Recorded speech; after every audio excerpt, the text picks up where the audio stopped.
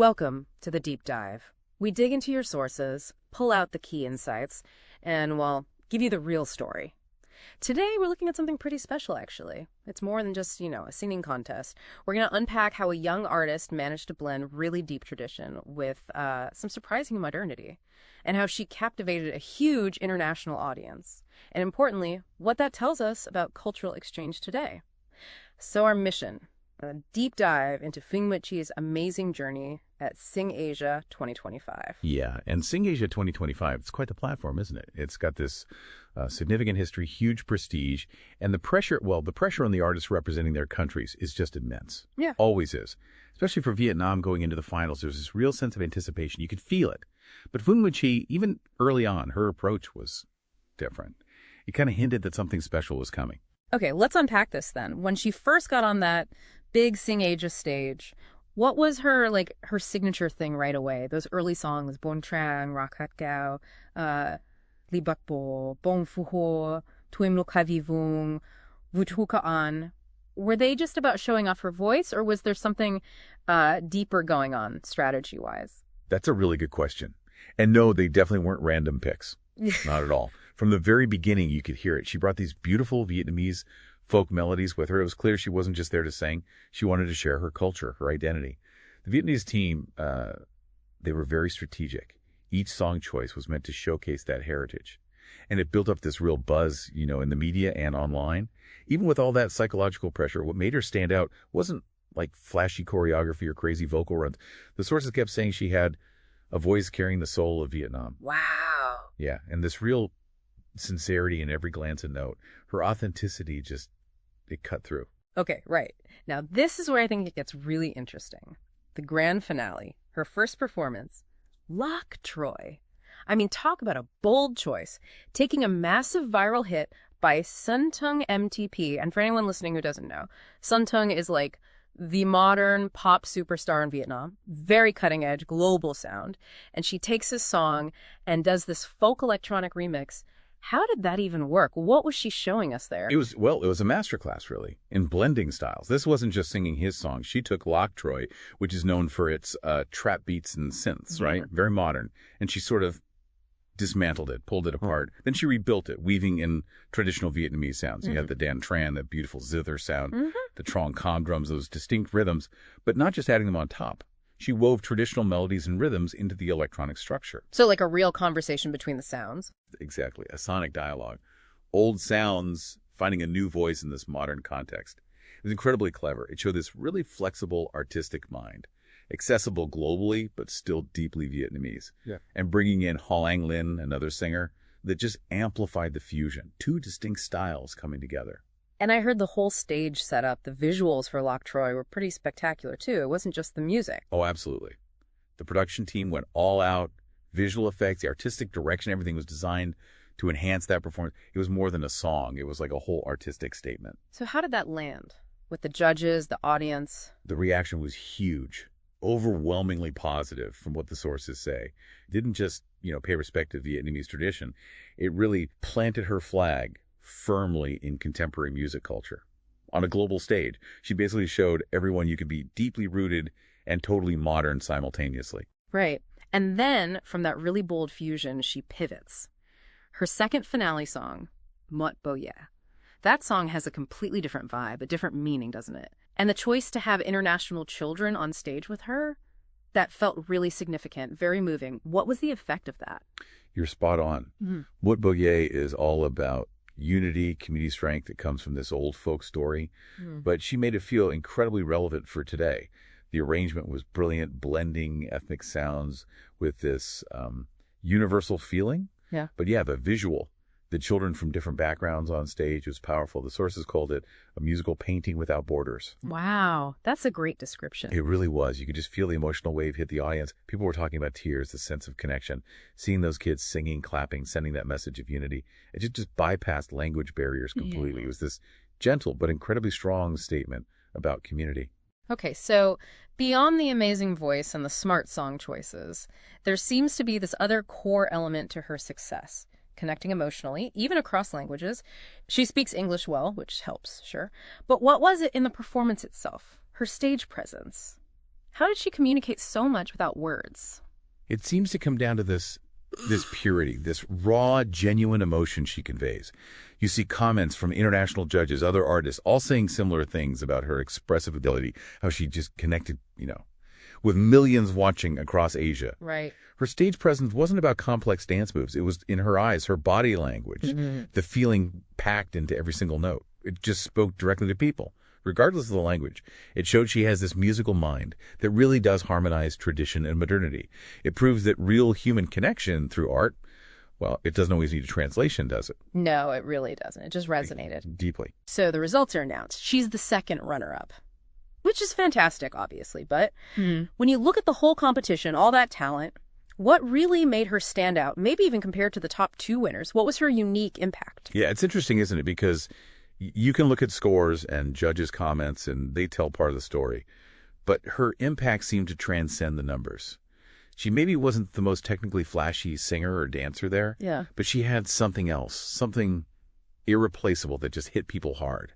The reaction online globally was just enormous. People from Japan, Thailand, Korea, China, they were using words like magical, breathtaking. Many called her performance the absolute peak moment of the grand finale. So even without the top prize. Exactly. Despite the official ranking, she absolutely became the emotional winner for the audience, no question. She brought back this huge wave of national pride for Vietnam. In the hearts of the public, she was the champion.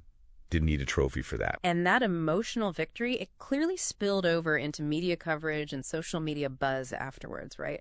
What did that look like? Oh, definitely. Major news outlets all across Asia were covering it.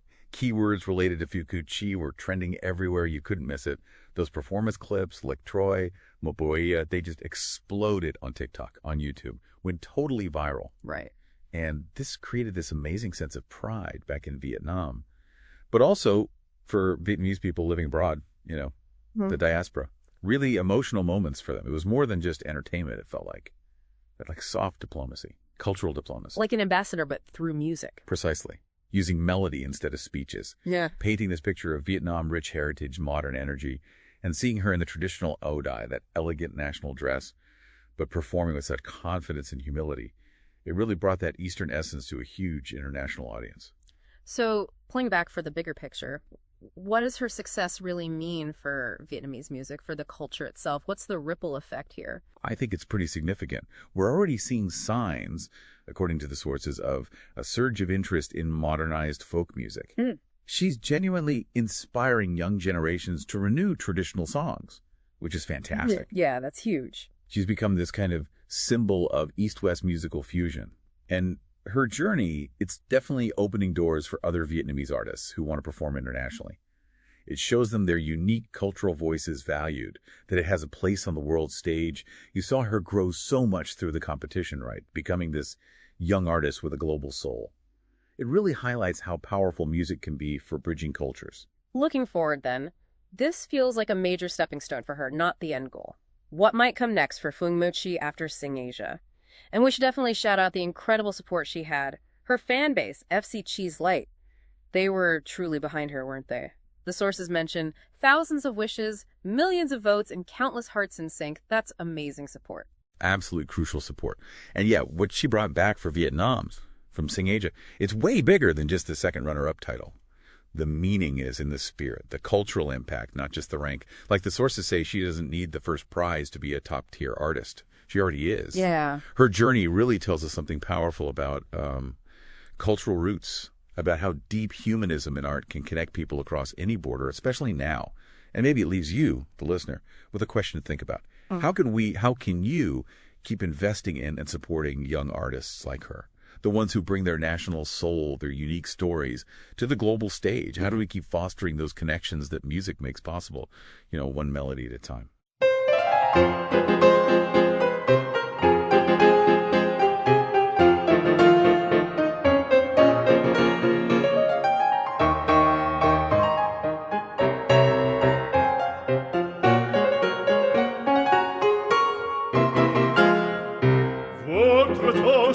Je peux vous le rendre, Seigneur, Seigneur, car avec les soldats, oui, les toreros peuvent s'entendre, Pour plaisir, ils ont les combats. Le cirque est plein ce jour de fête. Le cirque est plein d'automates. Le spectateur est dans la tête. Le spectateur s'est en peur à fracas. Apostrophe, tu sais ta page, pour c'est jusqu'à ce l'empereur, car c'est la fête du courage, c'est la fête des gens de guerre. Allons, en garde, allons, allons, toréador, en garde. Toréador, et songe bien, oui, songe combattant, que le noir te regarde, et que l'amour t'attend, toréador, l'amour t'attend.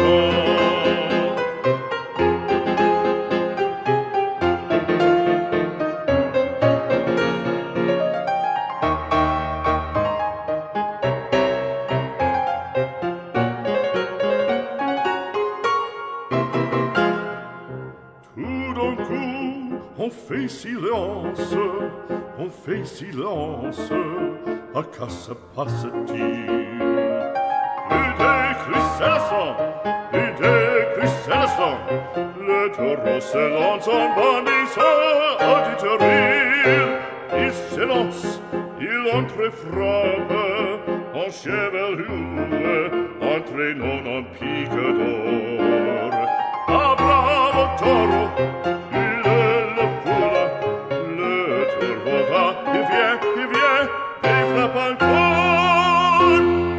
Secouant ses banderilles, plein de fureur il coule, le cirque est plein de sang. En ses sauts, on franchit le cri, c'est en deux maintenant. Allons, en garde, allons, allons, toréador, en garde. Toréador, et songe bien, oui, songe combattant, que le noir te regarde, et que l'amour t'attend, toréador, l'amour t'attend, toréador.